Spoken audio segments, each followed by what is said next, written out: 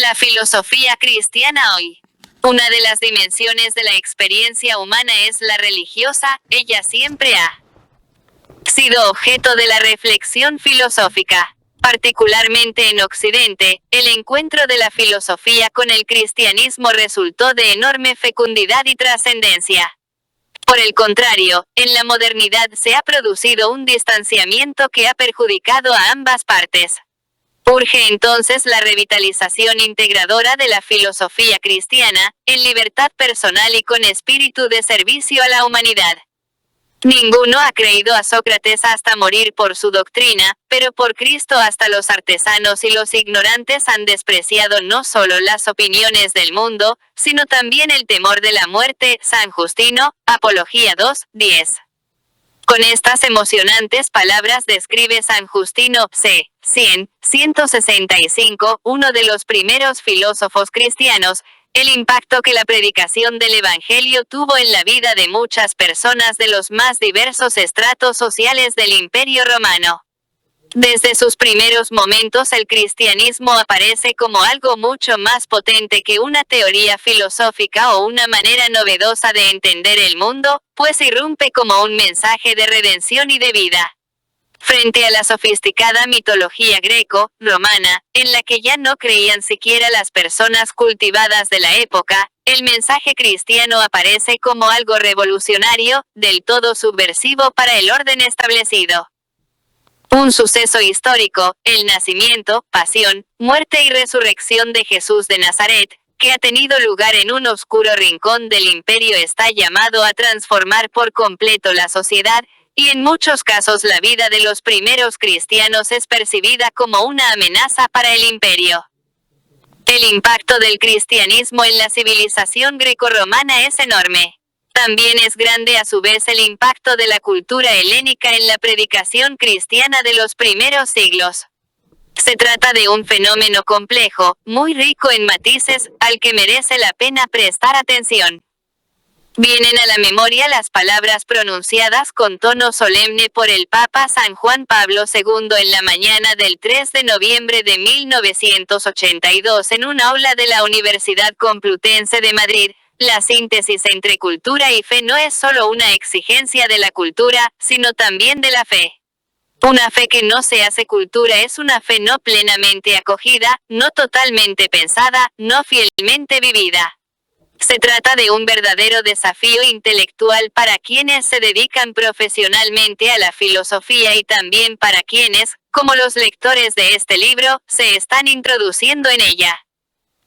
En este capítulo 4 se va a estudiar con cierto detenimiento, y con abundantes textos, esta cuestión, que ha resultado a veces problemática quizá porque se tenía una concepción racionalista de la filosofía, casi asimilable a las matemáticas, o porque se creía erróneamente que un cristiano no podía ser un verdadero filósofo. La exposición está organizada a grandes rasgos en sentido histórico, con una primera sección dedicada al impacto del cristianismo en la filosofía antigua, en segundo lugar, la grave situación en la modernidad y la reacción de la Iglesia Católica en el siglo XIX, para finalmente sugerir, en la tercera sección, algunas claves para la renovación de la filosofía cristiana en el siglo XXI. 1. La alianza del cristianismo con la filosofía. 1.1. El primer contacto entre filosofía y cristianismo. Quizá el mejor modo de hacernos cargo de ese primer encuentro entre la filosofía y el cristianismo sea asomarnos a los hechos y testimonios históricos. Aquí recogemos dos paradigmáticos. 1. En primer lugar, el encuentro temprano del cristianismo con la cultura griega queda magníficamente expresado en la escena de San Pablo en el Ágora de Atenas, cuando es invitado por parte de algunos filósofos epicúreos y estoicos a explicar lo que tiene que decirles. Merece la pena transcribir por extenso la narración, incluido el discurso de Pablo, HCH 17, 16, 34. Mientras Pablo los esperaba en Atenas, se consumía en su interior al ver la ciudad llena de ídolos. Dialogaba en la sinagoga con los judíos y los prosélitos, y todos los días en el ágora con los que acudían allí. También algunos filósofos epicúreos y estoicos conversaban con él. Unos decían, ¿qué querrá decir este charlatán? Y otros, parece un predicador de divinidades extrañas porque les anunciaba a Jesús y la resurrección. Le llevaron con ellos y le condujeron al Areópago diciéndole, podemos saber cuál es esa doctrina nueva de la que hablas. Porque haces llegar a nuestros oídos cosas extrañas y queremos saber qué significan. Todos los atenienses y forasteros que residían allí no se dedicaban a otra cosa que a decir o escuchar algo nuevo. Entonces Pablo, de pie en medio del Areópago, habló, atenienses, en todo veo que sois más religiosos que nadie, porque al pasar y contemplar vuestros monumentos sagrados he encontrado también un altar en el que estaba escrito, al Dios desconocido. Pues bien, yo vengo a anunciaros lo que veneréis sin conocer. El Dios que hizo el mundo y todo lo que hay en él, que es Señor del cielo y de la tierra, no habita en templos fabricados por hombres, ni es servido por manos humanas como si necesitara de algo Él que da a todos la vida, el aliento y todas las cosas. Él hizo, de un solo hombre, todo el linaje humano, para que habitase sobre toda la faz de la tierra. Y fijó las edades de su historia y los límites de los lugares en que los hombres habían de vivir para que buscasen a Dios, a ver si al menos a tientas lo encontraban, aunque no está lejos de cada uno de nosotros, ya que en él vivimos, nos movemos y existimos, como han dicho algunos de vuestros poetas, porque somos también de su linaje. Si somos linaje de Dios no debemos pensar, por tanto, que la divinidad es semejante al oro, a la plata o a la piedra, escultura del arte y del ingenio humanos. Dios ha permitido los tiempos de la ignorancia y anuncia ahora a los hombres que todos en todas partes deben convertirse, puesto que ha fijado el día en que va a juzgar la tierra con justicia, por mediación del hombre que ha designado, presentando a todos un argumento digno de fe al resucitarlo de entre los muertos. Cuando oyeron lo de resurrección de los muertos, unos se echaron a reír y otros dijeron, te escucharemos sobre eso en otra ocasión. Así que Pablo salió de en medio de ellos. Pero algunos hombres se unieron a él y creyeron, entre ellos Dionisio el Areopagita, y también una mujer que se llamaba Dámaris y varios más. Al lector de hoy esta narración le impresiona, en primer lugar, por su extraordinaria actualidad. Los atenienses cultos de la época no se dedican a otra cosa, según San Lucas, el narrador de los hechos, más que a escuchar novedades, tal como acontece en nuestra época ansiosa de noticias y de entretenimiento a través de los medios de comunicación y las redes sociales. En segundo lugar, impactan tanto la fuerza de la predicación de Pablo y la calidad de su oratoria como la risa, que resuena hasta hoy, de los filósofos epicúreos y estoicos de Atenas al oír hablar de resurrección. Solo queda el consuelo de unas pocas conversiones, entre ellos Dionisio y Dámaris. En las primeras décadas casi siempre el mensaje cristiano se difunde así, de persona a persona, de familia a familia, de amigos a amigos, de personas interesadas en descubrir la verdad que la encuentran en sus maestros y en la predicación de los apóstoles o sus sucesores. No hay espacio para una discusión meramente teórica, sino que se trata de un mensaje que compromete verdaderamente la vida por entero, cabeza y corazón de los que siguen a Jesús. 2. El otro testimonio que refleja muy bien esta realidad es uno de los documentos más antiguos de la comunidad cristiana.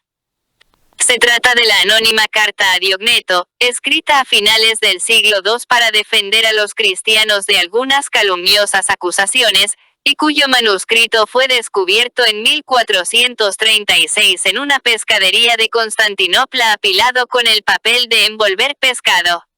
Vale la pena recoger aquí unos párrafos. Los cristianos no se distinguen de los demás hombres ni por su tierra, ni por su lengua, ni por sus costumbres. En efecto, en lugar alguno establecen ciudades exclusivas suyas, ni usan lengua alguna extraña, ni viven un género de vida singular.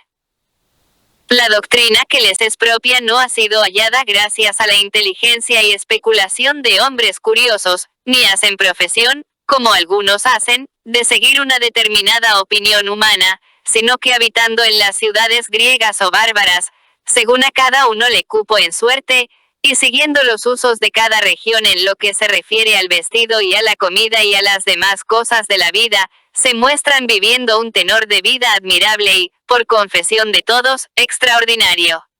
Habitan en sus propias patrias, pero como extranjeros. Participan en todo como los ciudadanos, pero lo soportan todo como extranjeros. Toda tierra extraña les es patria, y toda patria les es extraña. Se casan como todos y engendran hijos, pero no abandonan a los nacidos. Ponen mesa común, pero no lecho. Viven en la carne, pero no viven según la carne. Están sobre la tierra, pero su ciudadanía es la del cielo. Se someten a las leyes establecidas, pero con su propia vida superan las leyes. Aman a todos, y todos los persiguen. Se los desconoce, y con todo se los condena. Son llevados a la muerte, y con ello reciben la vida. Son pobres, y enriquecen a muchos. 2 Cor 6:10. Les falta todo, pero les sobra todo. Son deshonrados, pero se glorían en la misma deshonra. Son calumniados, y en ello son justificados. Se los insulta y ellos bendicen. 1 Cor 4:22. Se los injuria, y ellos dan honor. Hacen el bien, y son castigados como malvados. Ante la pena de muerte, se alegran como si se les diera la vida. Los judíos les declaran guerra como a extranjeros y los griegos les persiguen, pero los mismos que les odian no pueden decir los motivos de su odio. Para decirlo con brevedad, lo que es el alma en el cuerpo, esos son los cristianos en el mundo. Realmente impresiona esta descripción, como impresiona la rápida expansión del cristianismo en el Imperio Romano. Según atestigua este manuscrito, los cristianos no traen una filosofía, pues su doctrina no ha sido hallada gracias a la inteligencia y especulación de hombres curiosos, ni tampoco pretenden unánimemente seguir una determinada opinión humana, sino que son como los demás aportando en particular un estilo de vida mucho más humano. No abandonan a los nacidos. Ponen mesa común, pero no lecho. Viven en la carne, pero no viven según la carne. 1.2. Las claves de la alianza del cristianismo con la filosofía, y de la difusión de la filosofía cristiana. En este sentido, merece la pena la lectura del libro del sociólogo Rodney Stark La expansión del cristianismo, que propone una explicación fascinante, mucho más creíble que la afirmación al uso de que el cristianismo vino a llenar el vacío dejado por el derrumbamiento del imperio. Según él, lo novedoso del cristianismo es su experiencia de amor y libertad.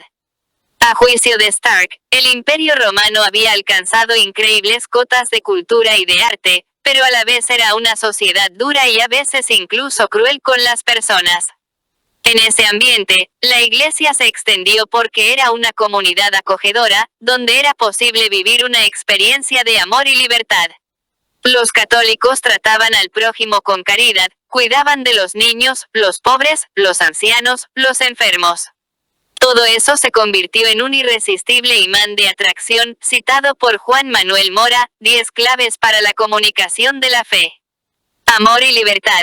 Se trata de dos realidades distintas, pero que en el cristianismo se viven íntimamente entrelazadas.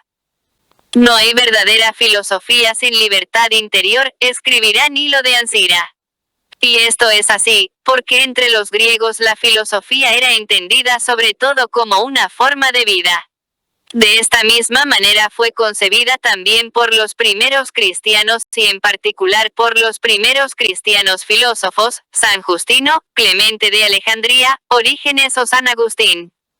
Ya para los antiguos griegos la filosofía abarcaba no solo las discusiones teóricas, sino también el conocimiento de uno mismo, e implicaba siempre una forma consecuente de vivir. Por eso merece prestar atención a lo que hacen y ponen por escrito los primeros filósofos cristianos. Para ellos la filosofía es esa sabiduría que les permite articular unitariamente los diversos estratos de la existencia humana, entre los que la fe ocupa un lugar central. Quizá conviene tener presente que desde un punto de vista cultural lo que aparece en aquel momento como mayor enemigo de la fe cristiana es el gnosticismo, mientras que la filosofía platónica o el neoplatonismo son entendidos más bien como aliados de la enseñanza cristiana.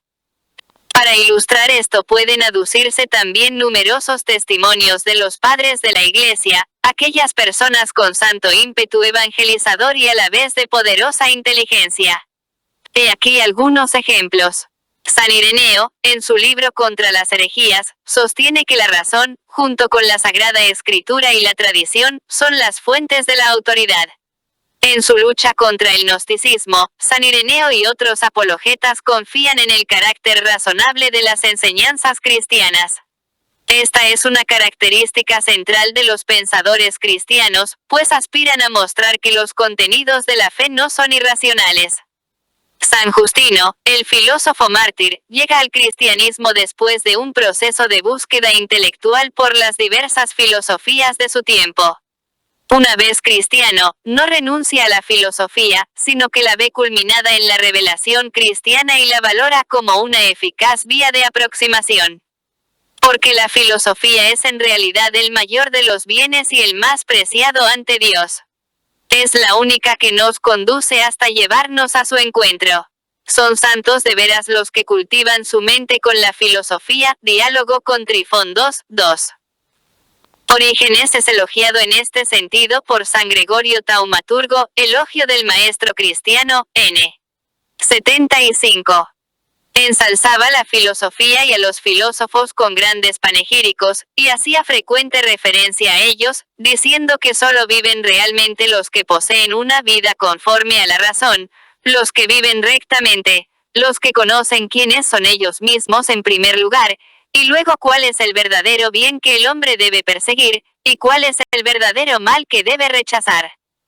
Los testimonios podrían multiplicarse mostrando la apertura de los cristianos hacia la filosofía griega, en particular, hacia la tradición platónica que llegan a valorar como un don de Dios por medio del Logos, cuya luz se irradia sobre su imagen terrena, la inteligencia humana Clemente de Alejandría. Como afirmaba lúcidamente Joseph Ratzinger en su Introducción al Cristianismo, 1968, la Iglesia primitiva rechazó resueltamente todo el mundo de las antiguas religiones, lo consideró como espejismo y alucinación y expresó así su fe. Nosotros no veneramos a ninguno de vuestros dioses. Cuando hablamos de Dios nos referimos al ser mismo, a lo que los filósofos consideran como el fundamento de todo ser, al que han ensalzado como Dios sobre todos los poderes, ese es nuestro único Dios. Y unas páginas más adelante, la fe cristiana optó por el Dios de los filósofos en contra de los dioses de las religiones, es decir, por la verdad del ser mismo en contra del mito de la costumbre. En este hecho se apoya la acusación formulada en contra de la primitiva Iglesia que calificaba a sus miembros de ateos.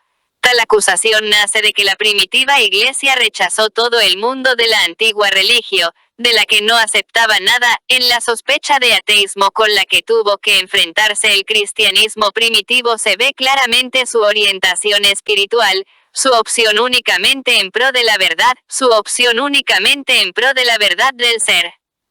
La fe cristiana se decidió solamente en favor del Dios de los filósofos. En consecuencia, este Dios es el Dios a quien se dirige el hombre en sus oraciones y el Dios que habla al hombre. Pero al tiempo la fe cristiana dio a este Dios una significación nueva, lo sacó del terreno de lo puramente académico y así lo transformó profundamente. Este Dios que antes aparecería como algo neutro, como un concepto supremo y definitivo, este Dios que se concibió como puro ser o puro pensar, eternamente cerrado en sí mismo, sin proyección alguna hacia el hombre y hacia su pequeño mundo. Este Dios de los filósofos, cuya pura eternidad e inmutabilidad excluye toda relación a lo mutable y contingente, es para la fe el hombre Dios, que no solo es pensar del pensar, eterna matemática del universo, sino agape, potencia de amor creador. En este sentido se da en la fe cristiana la misma experiencia que tuvo Pascal cuando una noche escribió en un trozo de papel que luego cosió al forro de su casaca, estas palabras: Dios de Abraham, Isaac y Jacob, no el Dios de los filósofos y letrados. No es solo que los primeros cristianos que se dedicaron a la filosofía vieran en ella un saber capaz de articular razonablemente su experiencia religiosa, su fe, su vida y sus conocimientos, sino que además defendieron la alianza del cristianismo con la filosofía griega. Benedicto XVI ha defendido que este proceso de helenización no fue un mero azar histórico, sino más bien una exigencia interna de la fe cristiana que nunca se entendió a sí misma como un mito o una religión civil, sino como el mensaje de la verdad que salva. 2. Cristianismo y filosofía en la Edad Moderna. 2.1. Auge y declive de la teología medieval. Suele afirmarse que con el Edicto de Milán, año 313, del emperador Constantino termina la persecución de los cristianos.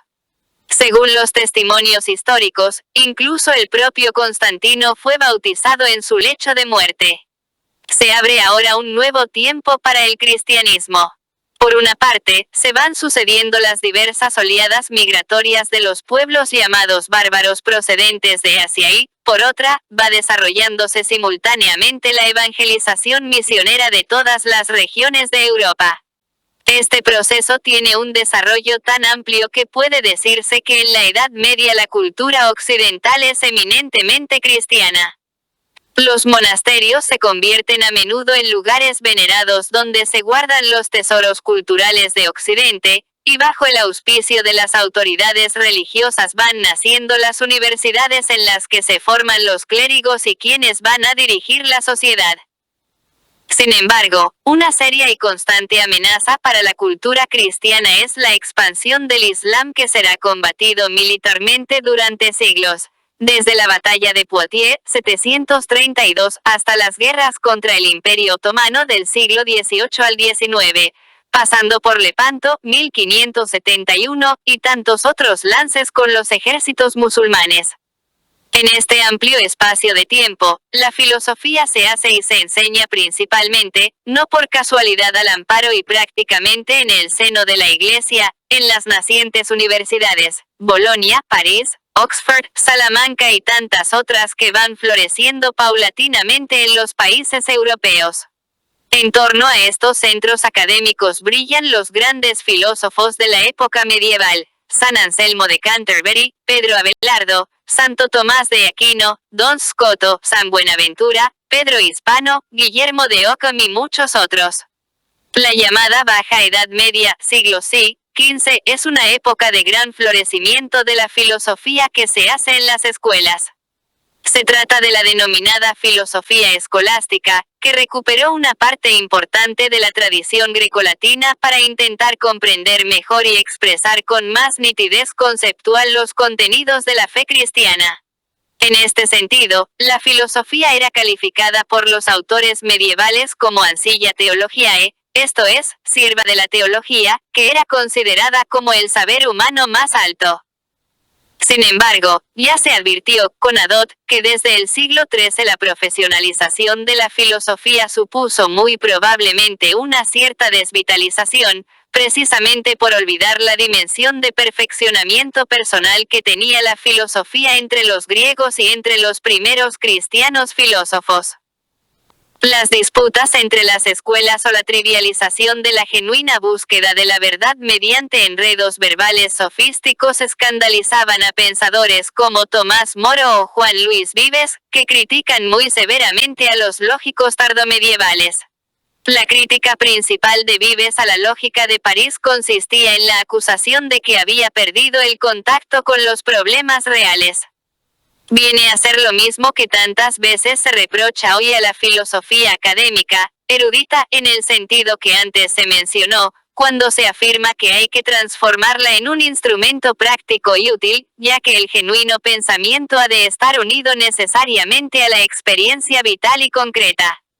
2.2. El giro de la modernidad y la ilustración. Este fenómeno de desvitalización de la filosofía se generalizó en la Edad Moderna cuando los filósofos comenzaron a verse a sí mismos más como hombres de ciencia que como maestros de vida. Además, muchos de ellos pusieron su fe religiosa al margen de su trabajo como filósofos, defendiendo una supuesta autonomía de la razón frente a cualquier sumisión teológica o intromisión religiosa, autonomía distinta, claro está, de la autonomía legítima y necesaria del pensar por cuenta propia en que consiste la filosofía.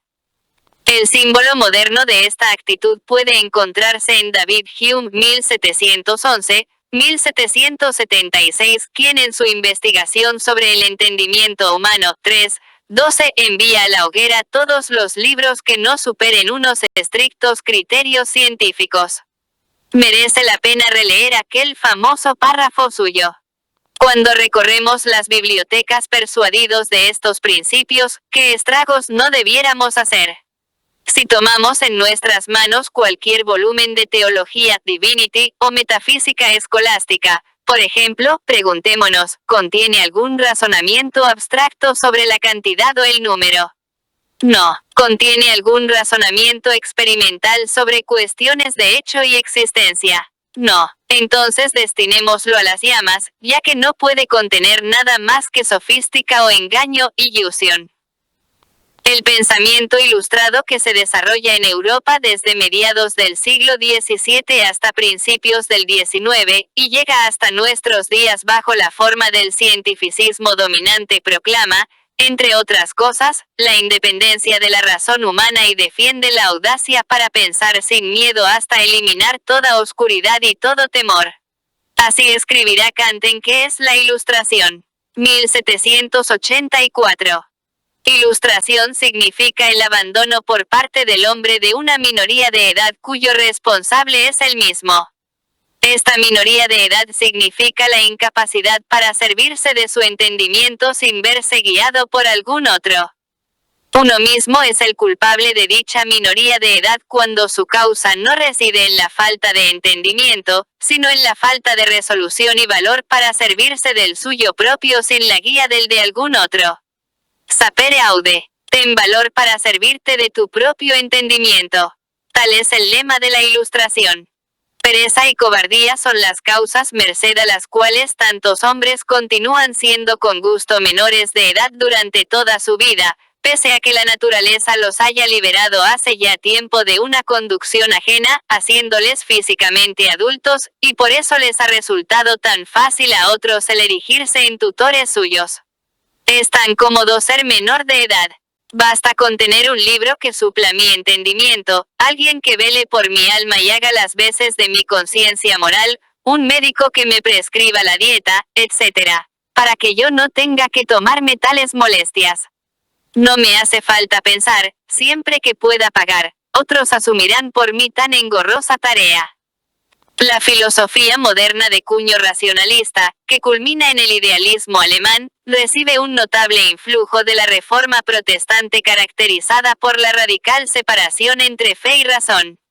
Así, los ilustrados tienden a presentar la religión como algo del todo opuesto a la razón, como algo meramente sentimental y más bien propio de aquella minoría de edad de la que hablaba Kant, que ya no tendrá cabida en una sociedad adulta, en una cultura científica. Por cierto, quien como cristiano piense que, si tal es la filosofía moderna, mejor abandonar la razón, se equivoca de medio a medio. Con el divorcio de la fe y la razón, no solo pierde la razón, también se empobrece enormemente la fe y se hace prácticamente imposible la teología. Así lo advierte lúcidamente el propio magisterio de la Iglesia. La fe, privada de la razón, ha subrayado el sentimiento y la experiencia, corriendo el riesgo de dejar de ser una propuesta universal. Es ilusorio pensar que la fe, ante una razón débil, tenga mayor incisividad. Al contrario, cae en el grave peligro de ser reducida a mito o superstición. Fides et ratio, n. 48. 2.3. La revitalización de la armonía de fe y razón. Por supuesto, en el seno de la Iglesia Católica había una clara conciencia de esta crisis cultural que afectaba tan gravemente a la fe cristiana. Y en esa dirección ha de entenderse la Constitución Dei Filius 1869, del Concilio Vaticano I sobre las relaciones entre fe y razón y, muy especialmente, la encíclica Aeterni Patris 1879, de León XIII, dedicada precisamente a la reconstrucción cristiana de la filosofía. Merece la pena recoger aquí la descripción que hacen Illanes y Saraniana en su Historia de la Teología, pp. 301-2. ¿Cómo puede explicarse que, en sociedades formadas mayoritariamente por cristianos, la cultura haya tomado una orientación acristiana, por no decir anticristiana, y que incluso los cristianos hayan desarrollado filones de pensamiento que han contribuido de hecho a esa deriva cultural? Se pregunta León XIII. La razón de todo ello radica, responde, en que se ha procedido a filosofar basándose en la sola razón, abandonando el filosofandi genus, el estilo de filosofar, que caracterizó a los grandes autores de las épocas patrística y medieval, o sea, un filosofar situado en el contexto de la fe e iluminado por ella. En coherencia con ese juicio, el Papa León XIII propugna un modo de proceder intelectual en el que la filosofía, fundada en una razón anclada en lo real y abierta a la fe, contribuya a la salud de la inteligencia y facilite la profundización en la comprensión de la verdad cristiana. En conformidad con este juicio, en las décadas siguientes se produce una fuerte renovación de la filosofía en el mundo católico, con un especial énfasis en las enseñanzas de Santo Tomás de Aquino. Se trata del movimiento neotomista que tuvo gran auge en los seminarios y universidades del mundo católico en las primeras décadas del siglo XX. Se trataba de mostrar que la escolástica y sus enseñanzas no eran incompatibles con el progreso de la cultura y las ciencias positivas, sino que podía integrar y armonizar estos nuevos conocimientos en un marco teórico más rico. Un papel central en este desarrollo lo tuvieron el cardenal Mercier, 1851-1926, en Lovaina y sobre todo Etienne Gilson, 1884-1978, en Francia. Este último fue el impulsor de un amplio debate acaecido en París 1931 y Juvisy 1933 sobre la legitimidad del propio término filosofía cristiana, cuyo eco llega hasta nuestros días. El siglo XX ha visto un papa filósofo, San Juan Pablo II, que fue profesor de filosofía antes de ser obispo y que se interesó muy vivamente a lo largo de toda su vida por la aculturación de la fe, por el diálogo con las ciencias, por la articulación de la filosofía, la teología y los demás saberes al servicio de una nueva civilización del amor.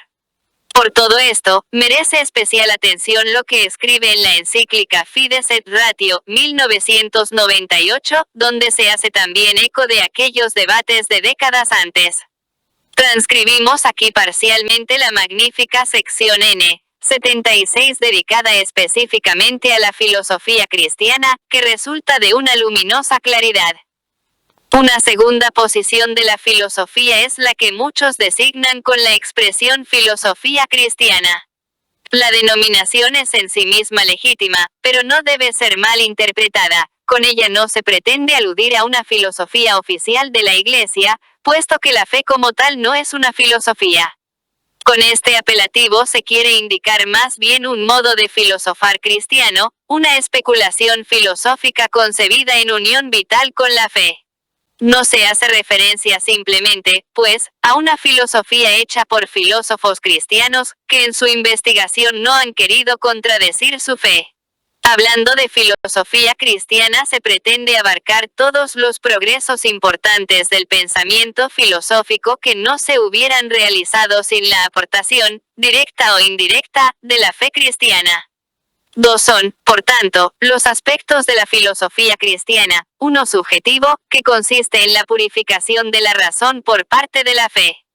Como virtud teologal, la fe libera la razón de la presunción, tentación típica a la que los filósofos están fácilmente sometidos.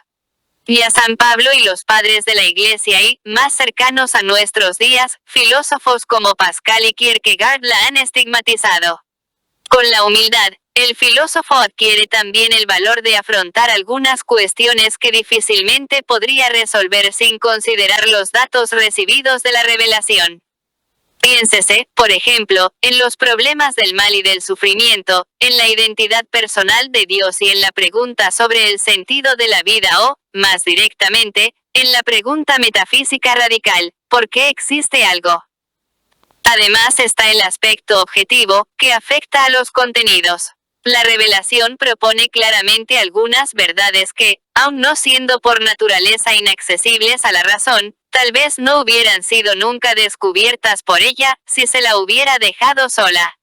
En este horizonte se sitúan cuestiones como el concepto de un Dios personal, libre y creador, que tanta importancia ha tenido para el desarrollo del pensamiento filosófico y, en particular, para la filosofía del ser.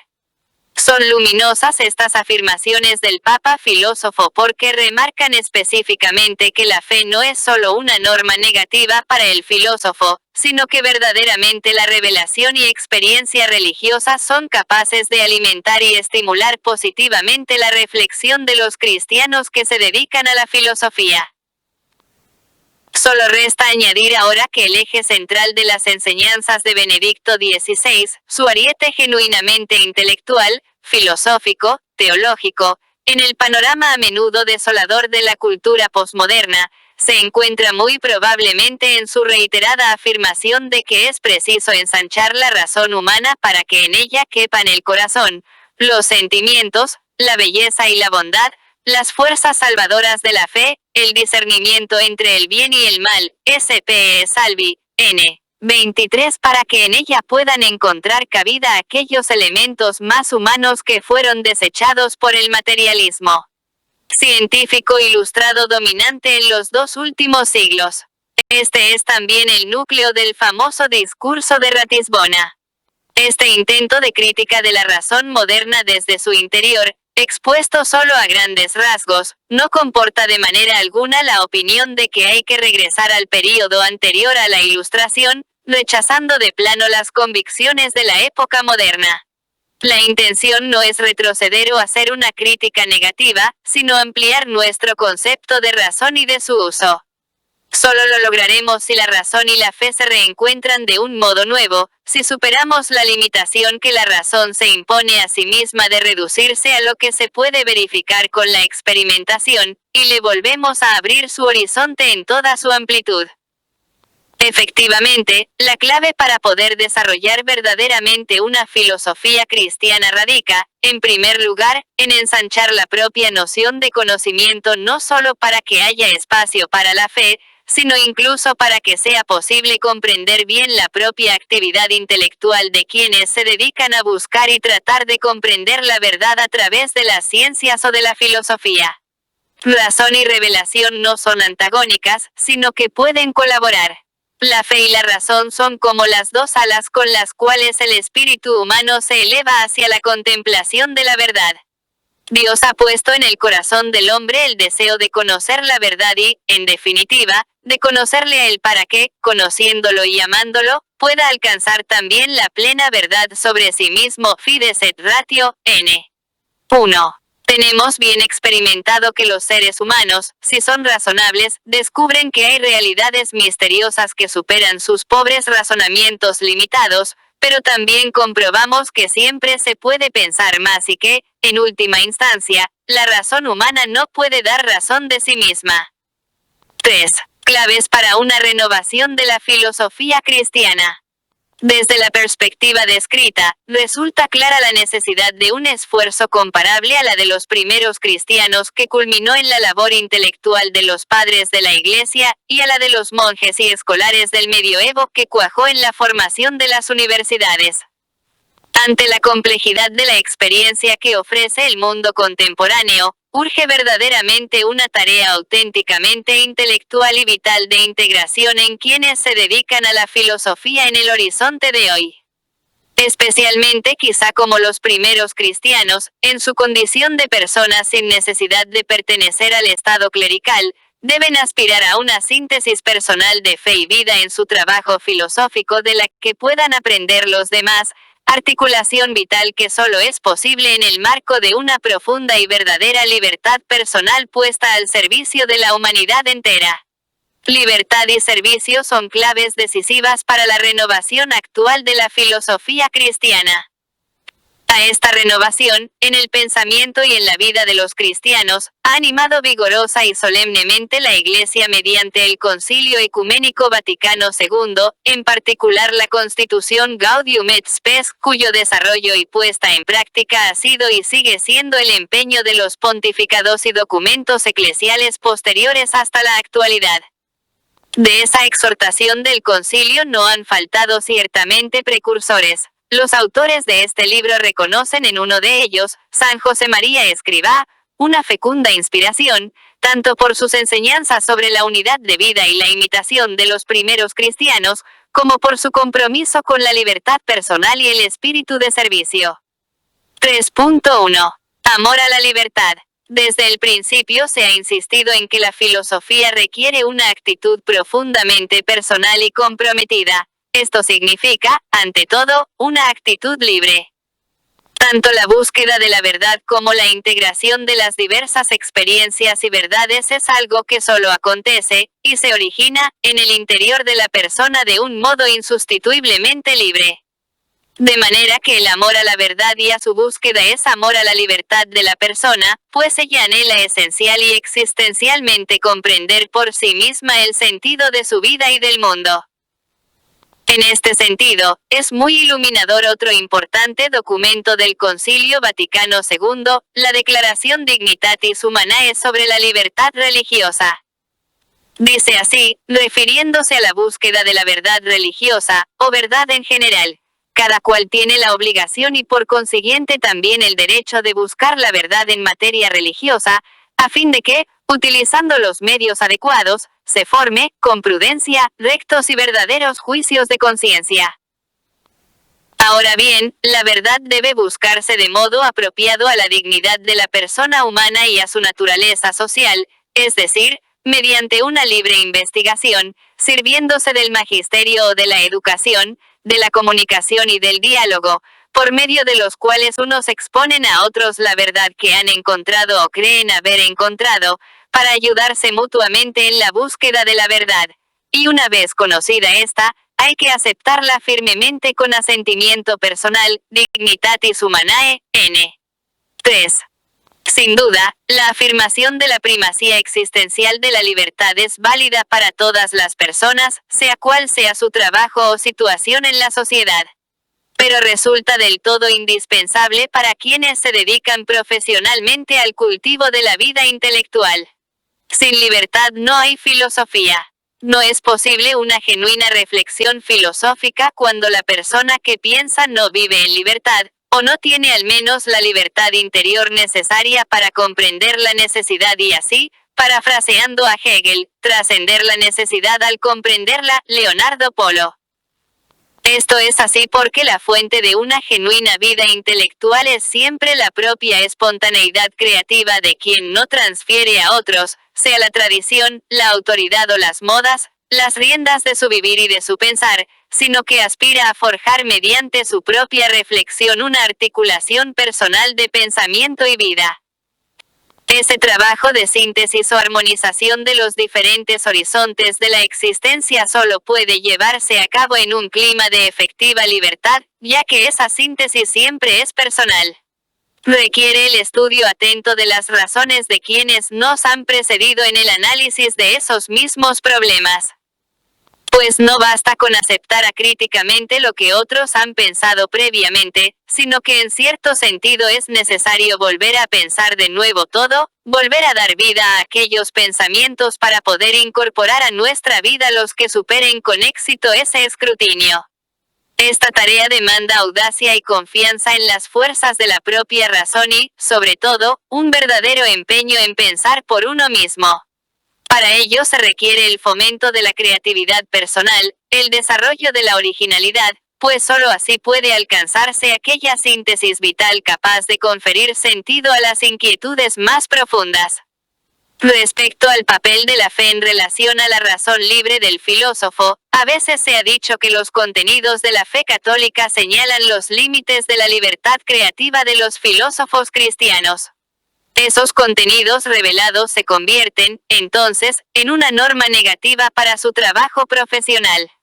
De manera que si en su investigación llegaran a una conclusión opuesta a la doctrina revelada, sabrían por la fe que su razonamiento habría errado en alguno de sus pasos y deberían rehacerlo. Esta visión contiene algo de verdad, pero resulta muy pobre. Por una parte, el contenido cognitivo de la fe católica es una tradición que admite una pluralidad de descripciones.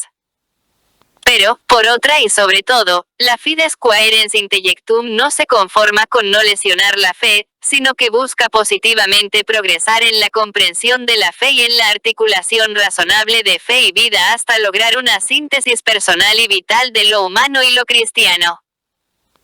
En este sentido, puede decirse que los cristianos de hoy que se sienten vocacionalmente llamados al trabajo filosófico aspiran a mucho más que a llegar a conclusiones que no se opongan a la fe. Aspiran a forjar en su vida y en su trabajo, mediante el libre ejercicio de su razón, una articulación vital de sus convicciones cristianas y de su creatividad filosófica que pueda hacer avanzar la comprensión que la humanidad tiene de sí misma, y que puedan entregar a otros para que prosigan la tarea. Por eso para un cristiano la filosofía no es solo libertad, sino que es también y sobre todo responsabilidad, tarea, vocación de servicio. 3.2. Vocación de servicio. Ya vimos que una característica de la actitud filosófica es la máxima responsabilidad, pero en épocas de mayor confusión o de debilidad del pensar radical, como en la actualidad, esa responsabilidad es, además, urgente para con los demás. Por eso, el cristiano que se dedica a la filosofía en el siglo XXI no puede, de ninguna manera, estar movido por un mero afán erudito. La filosofía tiene para esa persona un claro sentido de misión, pues, si es coherente con su fe, tratará de acercar su pensamiento a su vida, intentará articular inteligentemente erudición y creatividad, y procurará integrar la dilucidación histórica con los problemas que acucian hoy en nuestra sociedad. En un mundo como el nuestro, en el que la vida de tantas personas y organizaciones se encuentra, casi siempre, alejada del examen inteligente de uno mismo y de lo que acontece en la sociedad, no podemos permitirnos una filosofía que se aparte de los verdaderos problemas humanos, tal como ha hecho buena parte de la filosofía moderna. Quienes nos dedicamos a cultivar el pensamiento somos, en la ya citada expresión de Husserl, los funcionarios, los servidores, de la humanidad. Tenemos como misión propia el mantener vivos la libertad de espíritu, el afán por la justicia y la paz, el cultivo de las ansias de comprender que albergan los corazones humanos. Vienen aquí al caso aquellas memorables palabras finales de la conferencia del mismo Husserl en Viena el 10 de mayo de 1935. La crisis de la existencia europea solo tiene dos salidas. La decadencia de Europa, alienada de su propio sentido racional de la vida, con la consiguiente caída en el odio del espíritu y la barbarie, o el renacimiento de Europa desde el espíritu de la filosofía mediante un heroísmo de la razón que supere definitivamente el naturalismo. Han pasado 80 años desde aquellas memorables palabras. Europa atravesó la penosa experiencia de una terrible nueva guerra mundial y el horror del Holocausto. Sin embargo, son bastantes los elementos que llevan a pensar que la avanzada sociedad occidental no ha terminado de aprender las lecciones de su propia historia, que sigue hoy en aquella peligrosa situación caracterizada por una radical desconfianza hacia la razón libre, por el pensamiento aislado de la vida y por el desprecio hacia las humanidades en general, es decir, en el fondo, hacia el ser humano. La vocación de servicio de quien se dedica a la filosofía, su amor a las personas, le lleva necesariamente a mirar a su alrededor, al pasado y al futuro, para aprender de aciertos y errores, y para intentar remediar como pueda las crisis de sentido tan abundantes hoy. Discernir para avanzar, examinad todas las cosas, retened lo bueno, 1 T 5, 21, aconsejaba San Pablo a los de Tesalónica confundidos acerca de la parusía, que creían inminente. Así se progresa en el camino de la verdad y se puede iluminar de modo nuevo y más penetrante los problemas perennes. A este propósito, hay un texto particularmente luminoso de San José María Escrivá en el que describe algunas de las características que debe fomentar toda genuina formación intelectual. Merece la pena su transcripción por entero. Para ti, que deseas formarte una mentalidad católica, universal, transcribo algunas características. Amplitud de horizontes, y una profundización enérgica, en lo permanentemente vivo de la ortodoxia católica. Afán recto y sano, nunca frivolidad, de renovar las doctrinas típicas del pensamiento tradicional, en la filosofía y en la interpretación de la historia. Una cuidadosa atención a las orientaciones de la ciencia y del pensamiento contemporáneos. Y una actitud positiva y abierta, ante la transformación actual de las estructuras sociales y de las formas de vida, S. José María E. Surco, N. 428. Como muestra bien esta enumeración, nada hay más alejado de una auténtica formación intelectual que una enseñanza cerrada sobre sí misma. Una genuina formación filosófica requiere siempre amplitud de horizontes, un buen conocimiento de las aportaciones de las ciencias, la atención a las orientaciones del pensamiento contemporáneo y una actitud positiva y abierta a las transformaciones sociales y culturales de las formas de vida. Hay dos de las características incluidas en esa descripción que son como el anverso y el reverso de una misma moneda, en las que merece la pena detenerse. Se trata de la profundización enérgica en lo permanentemente vivo de la ortodoxia católica y del afán recto y sano por renovar las doctrinas del pensamiento tradicional en la filosofía y en la interpretación de la historia. En la comprensión de una ajustada articulación de estas dos características, que a primera vista podrían parecer incluso opuestas, está en juego el descubrimiento de que la vocación a la libertad que entraña el ser cristiano y filósofo implica necesariamente la responsabilidad de poner el mejor esfuerzo en volver a pensar las doctrinas permanentes de la tradición, y en tratar de expresarlas con categorías y palabras actuales de forma que puedan ser comprendidas hoy. 3.3. El modelo de Santo Tomás de Aquino. 3.1. El modo de hacer filosofía. El magisterio de la Iglesia se ha pronunciado varias veces acerca de la conveniencia de imitar el ejemplo intelectual y vital de Santo Tomás de Aquino, como también ha recordado la encíclica Fides et Ratio. El magisterio de la Iglesia ha visto y apreciado en él la pasión por la verdad. Su pensamiento, al mantenerse siempre en el horizonte de la verdad universal, objetiva y trascendente, alcanzó cotas que la inteligencia humana jamás podría haber pensado. Con razón, pues, se le puede llamar apóstol de la verdad, Fides et Ratio, n. 44. Pero, evidentemente, esa imitación no se refiere a una mera repetición de sus hallazgos. Nada más alejado de la verdadera filosofía, en general, que una repetición muerta de viejas doctrinas cuyo genuino sentido es casi imposible descubrir hoy en día, porque responden a menudo a problemas o cuestiones de tiempos que no son los nuestros. Cada época plantea problemas distintos, o al menos los enfoca de diferente manera. De ahí que San José María expresara esa recomendación magisterial con estas palabras: debemos ciertamente cultivar la doctrina del doctor angélico, pero del mismo modo que él la cultivaría si hoy viviese.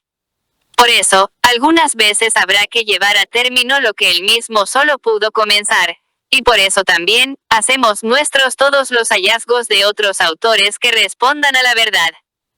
Por tanto, tampoco se trata de una simple continuación de sus tesis, de su sistema o incluso de la perspectiva desde la que enfoca los problemas que trata.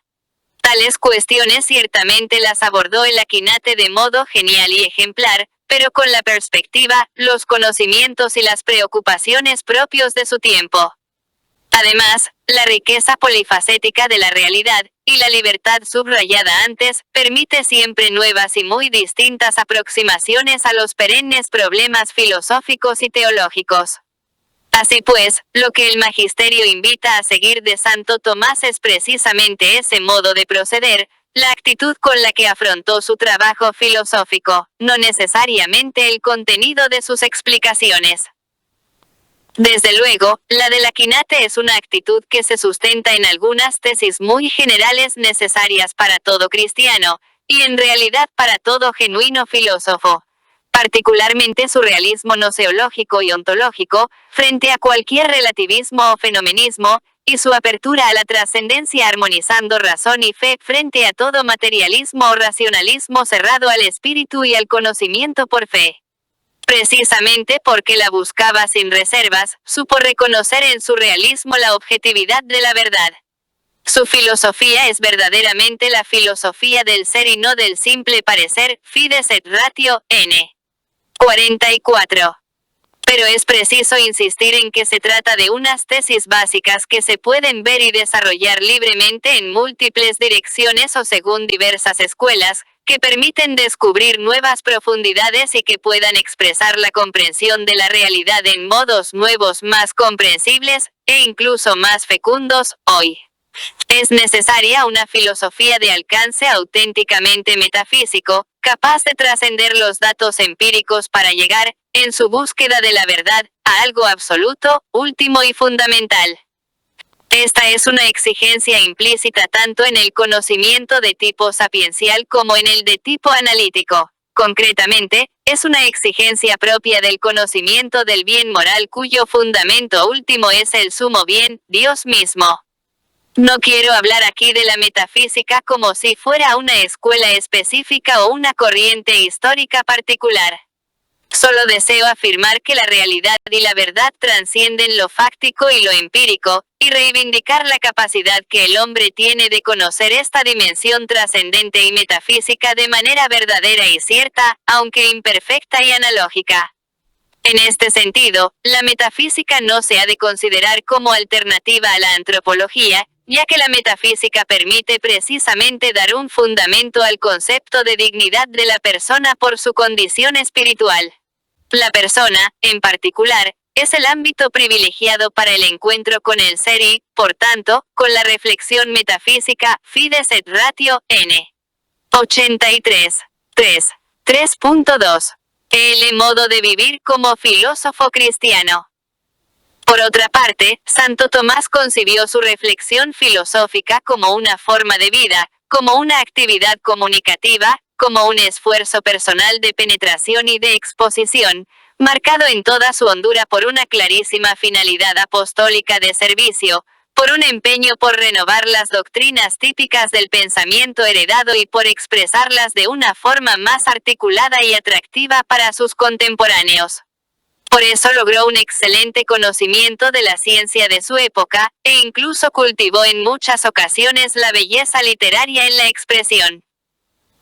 En definitiva, quizá el rasgo que mejor define la actitud de Tomás de Aquino y que da mejor razón de la permanente actualidad de su pensamiento es, en particular, su generosa apertura a la realidad y a las razones de los demás. Como la realidad es multilateral, como tiene una ilimitada multiplicidad de aspectos, la verdad no puede ser agotada por ningún conocimiento ni sistema humano, tampoco el propio tomista, sino que queda siempre abierta a nuevas formulaciones. Nada más ajeno al espíritu de Tomás de Aquino que la simple repetición de sus enseñanzas como si constituyeran un sistema cerrado y único, o una verdad definitivamente clausurada. Convencido profundamente de que omne veruma quocunque dicatura Spiritu Sancto S.S. Ph. I. 2, 109, 1 Santo Tomás amó de manera desinteresada la verdad. La buscó allí donde pudiera manifestarse, poniendo de relieve al máximo su universalidad, fides et ratio, n. 44. Por eso resulta mucho más certero considerar que la genuina herencia de Tomás de Aquino es el reconocimiento de la capacidad de verdad de los seres humanos, de la convicción de que en cada esfuerzo intelectual hay algún aspecto luminoso del que podemos aprender, de que la verdad humana está constituida por el saber acumulado construido entre todos a través de una historia multisecular de intentos, errores, rectificaciones y aciertos, omnes enim opiniones secundum quid alicit verum dicunt, Tomás de Aquino. 1 dist. 23 q. 1 a. 3. Asterisco. Como conclusión debe señalarse que la vocación del filósofo no se corresponde con la sombría figura del pensador de Rodin o la tópica imagen de Descartes solitario junto a la estufa. El individualismo típico de la filosofía moderna es a nuestro juicio del todo opuesto a la tradición intelectual que se expresa en los diálogos platónicos, las disputaciones medievales o el trabajo en equipo de los grupos de investigación contemporáneos. En este sentido, puede decirse que el trabajo en filosofía ha de ser siempre una tarea cooperativa, de cooperación en el espacio y en el tiempo con todos aquellos que buscan la verdad y, por tanto, también una tarea en buena medida interdisciplinar, de diálogo efectivo con todos los demás saberes que desde su peculiar perspectiva captan aspectos diversos de una verdad unitaria. De modo semejante a como los primeros filósofos cristianos transformaron la cultura grecolatina en la que vivían porque se atrevieron a pensar radicalmente la fe que profesaban, los filósofos cristianos del tercer milenio están llamados a llevar a cabo esa nueva articulación cultural que contrarreste por superación la trágica escisión moderna entre fe y razón, entre vida y filosofía. Hoy en día sabemos que esa nueva síntesis no puede ser realizada de ningún otro modo más que trabajando cooperativamente, escuchándonos los unos a los otros, aprendiendo de todos, pues la verdad no es algo que se pueda poseer individualmente, sino que es más bien el fruto de la cooperación interdisciplinar en el espacio y en el tiempo de todos aquellos que han dedicado sus mejores esfuerzos a alcanzarla. Para seguir leyendo. Benedicto XVI, Fe, Razón y Universidad. Recuerdos y reflexiones. Discurso del Santo Padre en la Universidad de Ratisbona, 12 de septiembre del 2006. Accesible online en XVI/SPE/20.060.912/University, Regensburg/SP. HTML.